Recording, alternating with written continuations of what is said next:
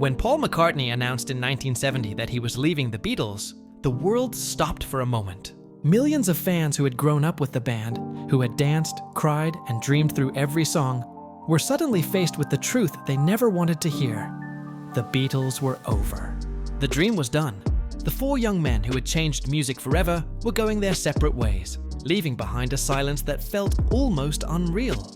Yet, even in that silence, their voices refused to fade. What came next wasn't a reunion, at least not in the literal sense. But in early 1971, something strange and almost magical happened.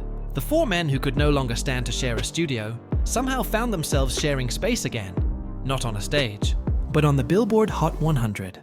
For the week of April 24th, 1971, three names appeared side by side. George Harrison with What Is Life,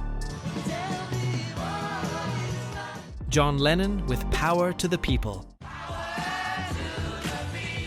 and Paul McCartney with Another Day. It was as if fate itself had decided to bring them back together, not through friendship or nostalgia, but through the one thing that had always bound them, the music. And just as Harrison's single slipped off the charts a week later, Ringo Starr made his entrance with It Don't Come Easy, turning this moment into a quiet, almost ghostly Beatles reunion. For Paul McCartney, Another Day was the sound of a man finding his footing again. A songwriter suddenly stripped of his band, his collaborators, and the magic chemistry that had defined a generation. It was his first release after the breakup, and in many ways, his most revealing. Like Eleanor Rigby, it told the story of an ordinary life. A lonely woman stuck in the repetition of everyday routine, her world filled with quiet desperation.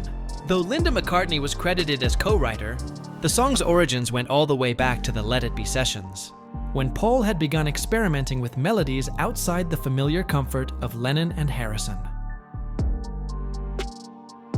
The song was recorded during the Ram sessions in 1970, but Paul chose to leave it off the album.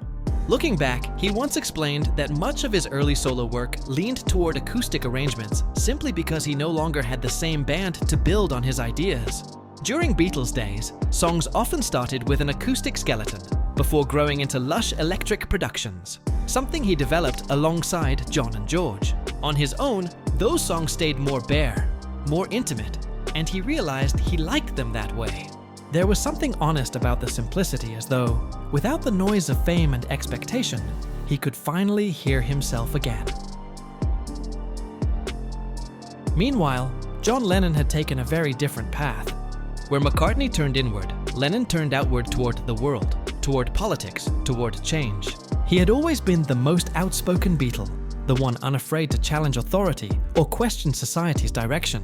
Songs like Revolution had already made that clear, but by early 1971, Lennon's fire was burning brighter than ever.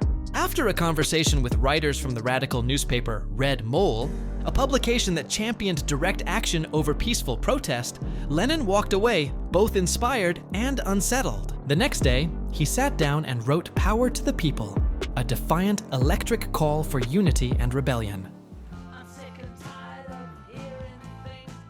The song's message echoed revolution, but with a raw urgency that reflected the chaos of the era.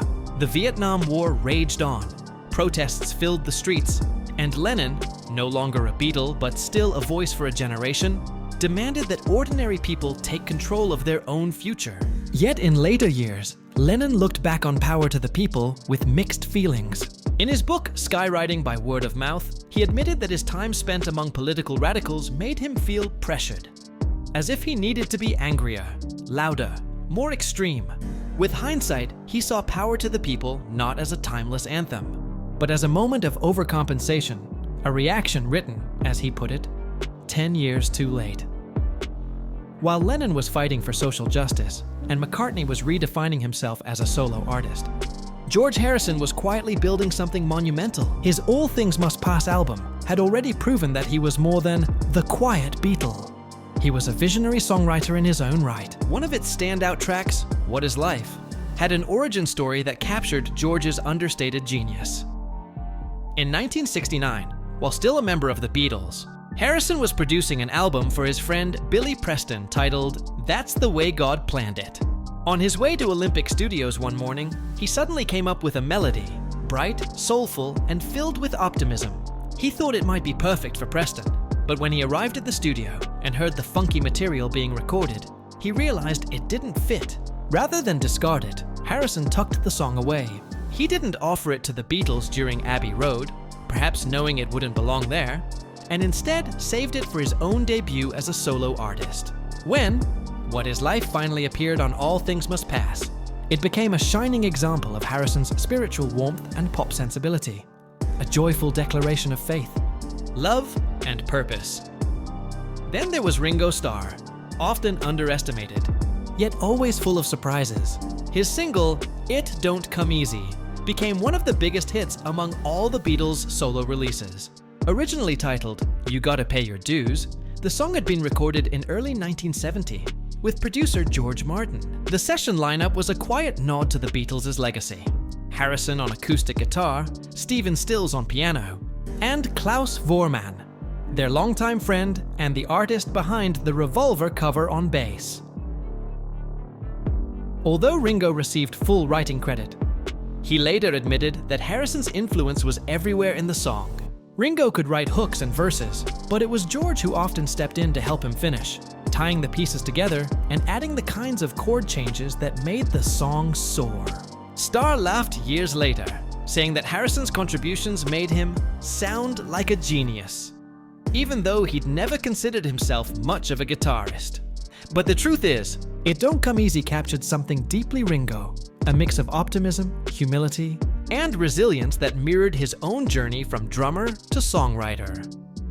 By the spring of 1971, the four men who had once shared the same microphones, the same laughter, and the same dreams were now charting their own courses. The Beatles were gone, but the spirit of their music refused to disappear. For one brief, shining moment, McCartney, Lennon, Harrison, and Starr all stood side by side again. Not in a studio, but on the charts, their individual voices weaving together in an invisible harmony. It wasn't a reunion of bodies, but of souls, a fleeting alignment of four creative planets that had once orbited the same sun. Each of them carried pieces of the Beatles' legacy, reshaped through their own experiences, their own pain, and their own freedom. And though the band itself would never return, that moment in 1971 reminded the world of something timeless. Even apart, the Beatles were still one, bound forever by the music that changed everything.